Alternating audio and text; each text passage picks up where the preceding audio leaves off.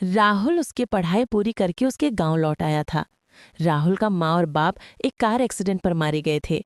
तब से राहुल की दादी उसकी देखभाल करती थी। राहुल पढ़ाई लिखाई पर बहुत होशियार था, लेकिन राहुल का एक शौक था घूमना। राहुल घूमने जाना बहुत पसंद करता। इसलिए एक दिन राहुल बोला, दादी, मेरे गांव आने में तो बहुत दिन हो गए। मैंने कई दिन से घूमा भी नहीं है, इसलिए आज मैं क्या गांव की नदी में घूमने जा सकता हूँ? नहीं बेटा, तुम नहीं जा सकते। हमारे गांव में एक चुड़ैल आती है और सबको अगवा करके ले जाती है। मुझे बहुत डर लगता है बेटा, तुम नहीं जा सकते। मेरे इस दुनिया में तो कोई नहीं है सिवाय तेरे। मैंने कभी तेरा बात नहीं डाला है, लेकिन आज नहीं राहुल बेटा, तू नदी के पास मत जाना। ऐसे बोलकर दादी रोने लगी। राहुल ने दादी को चुप कराया। इस बात से कई दिन निकल गए। एक दिन दादी पास ही के गांव में गई हुई थी। आने में रात हो गई थी। और नासहमती बिमला ने बातों बातों के चक्कर में रात करा दी।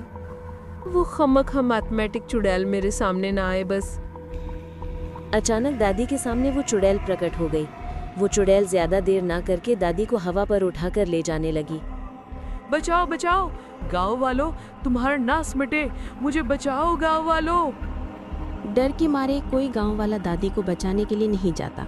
गांव का ही एक लड़का सूरज जाके राहुल को बताता है कि उसकी दादी को चुड़ैल उठाकर ले गई।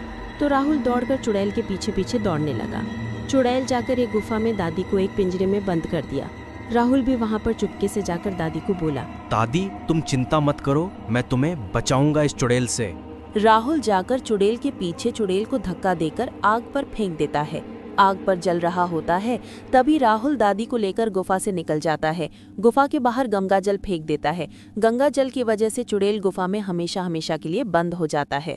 राहुल गांव का हीरो बन जाता है। लेकिन एक दिन वहां से चुड़ैल को निकलना तो था। उसी घटना के ठीक 50 साल बाद राहुल ग्राम छोड़कर शहर में रहने के लिए गया हुआ था। राहुल की दादी 30 साल पहले गुजर गई थी। एक दिन एक शराबी लल्लन उस गंगा जल के बर्तन पर जाकर उस गंगा जल को हटा देता है। तभी से लल्लन के अंदर वो चुड़ैल घुस जाती है।